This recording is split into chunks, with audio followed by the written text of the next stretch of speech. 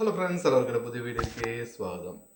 Big Boss season 7 അവസാനിച്ച എല്ലാവരും പിന്നെ ബിഗ് ബോസ് സീസൺ 8 എന്നായിരിക്കും സ്റ്റാർട്ട് ചെയ്യുക, അതിൻ്റെ പ്രഡിക്ഷൻ ലിസ്റ്റിലൊക്കെ പുതിയ കണ്ടസ്റ്റൻസ് ആരായിരിക്കും എന്നൊക്കെ ആയിരിക്കും ബിഗ് ബോസിൻ്റെ പ്രേക്ഷകർ, ബിഗ് ബോസിൻ്റെ ഫാൻസ് എല്ലാവരും കാത്തിരിക്കുന്നത്. ഇപ്പം എല്ലാവർക്കും സന്തോഷകരമായ ഒരു വാർത്തയാണ് നമ്മൾ കേട്ടുകൊണ്ടിരിക്കുന്നത്. അതായത് Big Boss season 8 Malayalam season 8 March മാസം ലാസ്റ്റിലോ അല്ലെങ്കിൽ ഏപ്രിൽ മാസം ആദ്യത്തിലോ ആരംഭിക്കുന്നതാണ് നമ്മൾ കേൾക്കുന്നത്. കഴിഞ്ഞ എല്ലാ സീസണുകളും, അതായത് ഇപ്പോൾ സീസൺ 7 മാത്രമാണ് വളരെയധികം വൈകി തുടങ്ങിയത്. അതിന് ബിഗ് ബോസ് 6 വന്നുള്ള ചില പ്രശ്നങ്ങൾ കാരണമാണ് ബിഗ് ബോസ് സീസൺ 7 തുടങ്ങാനായിട്ട് വൈകിയത്. പക്ഷേ ബിഗ് ബോസ് സീസൺ 7 കഴിഞ്ഞതിന് ശേഷം അത്തരത്തിലുള്ള ഒരു തരത്തിലുള്ള വിവാദങ്ങളൊന്നും ബിഗ് ബോസിൽ ഉണ്ടായിട്ടില്ല. അതുകൊണ്ട് തന്നെ മാർച്ച് മാസത്തിൽ തന്നെ തുടങ്ങും എന്നാണ് നമ്മൾ അറിയുന്നത്. പിന്നെ ലാലേട്ടൻ തന്നെയായിരിക്കും ഇതിൻ്റെ അവതാരകൻ തന്നെയാണ് കേൾക്കുന്നത്. ലാലേട്ടൻ പോകുമെന്ന് എനിക്ക് തോന്നുന്നില്ല. ലാലേട്ടൻ പകരം വെക്കാണ്ട് വേറൊരു നടൻ മലയാളത്തിൽ ഇല്ല എന്നാണ് എനിക്ക് തോന്നുന്നത്. പിന്നെ പൃഥ്വിരാജ് എന്നൊക്കെ പറഞ്ഞാൽ ഒരു ലാലേട്ടൻ എന്നൊരു സ്വാഗ് ഉണ്ടല്ലോ, ആ ഒരു സ്വാഗ് നമുക്ക് കിട്ടില്ല. അതുകൊണ്ടാണ് ഞാൻ പറഞ്ഞത് ലാലേട്ടൻ തന്നെയാണെന്നാണ് ഉറപ്പിച്ച് പറയുന്നത്. അത് ഏഷ്യനെറ്റ് എന്തായാലും കോടികൾ മുടക്കിയിട്ടാണെങ്കിലും ലാലേട്ടനെ ഈ ഒരു പരിപാടിയുടെ അവതാരകനായിട്ട് നിലനിർത്തും എന്നുള്ളത് ഉറപ്പാണ്. പിന്നെ ലാലേട്ടന് ആ ഒരു പരിപാടിയുടെ ഒരു ദേഷ്യമുള്ളതായിട്ടോ മടുപ്പുള്ളതായിട്ടൊന്നും നമുക്ക് തോന്നിയിട്ടില്ല.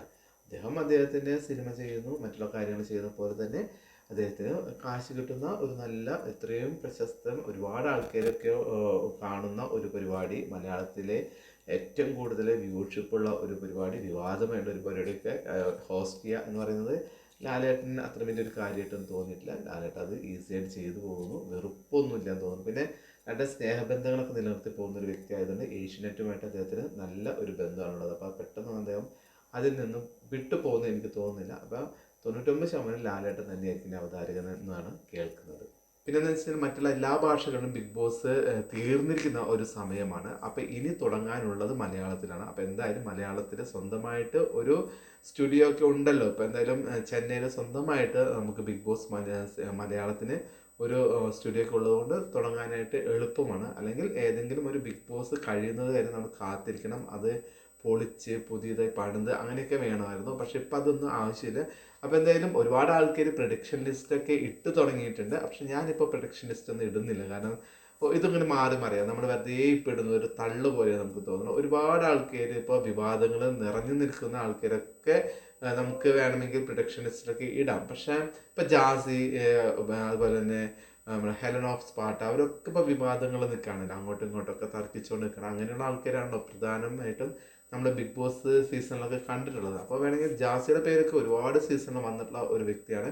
എനിക്ക് ആ ഒരു വ്യക്തി ബിഗ് ബോസ് ഇതിൽ വരണമെന്ന് വലിയ താല്പര്യമുള്ള ഒരു വ്യക്തിയല്ല കേട്ടോ. വരുന്നില്ലെങ്കിൽ നല്ലതാണെന്ന് വിചാരിക്കുന്ന വ്യക്തിയാണ്. ബിഗ് ബോസിന് അതിൻ്റെ ഒരു സ്റ്റാൻഡേർഡ് ഉണ്ട്. ജാസിയൊക്കെ വന്നു കഴിഞ്ഞാൽ എനിക്ക് തോന്നുന്നില്ല അതൊരു നമ്മൾ വളരെയധികം പെട്ടെന്ന് വെറുക്കപ്പെടുന്ന ഒരു ക്യാരക്ടറൊക്കെയാണ്. അല്ലെങ്കിൽ ജാസ് ഇതിനകത്ത് വന്നിട്ട് ഞാൻ വളരെ നല്ല ഒരു വ്യക്തിയാണെന്ന് കാണിക്കാൻ വേണ്ടി ഒരു അഭിനയമൊക്കെ കാണിക്കുമ്പോൾ ആ ഒരു വ്യക്തിയുടെ യഥാർത്ഥ വ്യക്തിത്വം ബിഗ് ബോസിനകത്ത് കിട്ടുമോ എന്നുള്ളത് സംശയമാണ്. പിന്നെ ഒരുപാട് ആളുകളൊക്കെ വരുന്നു പറയുന്ന നാഗസൈരന്ധ്രിയുടെ പേരൊക്കെ പറയുന്നത്, അതൊക്കെ എന്നും പറയുന്നതാണ്. ചെകുത്താൻ അങ്ങനെ പറയുന്നുണ്ട്, നമുക്കൊന്നും പറയാറായിട്ടില്ല. എന്തായാലും പ്രൊഡിക്ഷൻ ലിസ്റ്റൊക്കെ ഇനി സമയമെടുക്കും. നമ്മൾ പ്രതീക്ഷിക്കുന്ന ആൾക്കാരൊന്നും ആവുമെന്ന് എനിക്ക് തോന്നുന്നില്ല. എന്തായാലും സിനിമയിൽ നിന്നൊക്കെ അധികം പ്രശസ്തരാകാത്ത യങ് സ്റ്റേഴ്സൊക്കെ ഒരുപാട്, അതായത് യുവ നടന്മാരും നടികളൊക്കെ വരാനുള്ള ചാൻസ് കൂടുതലാണ്.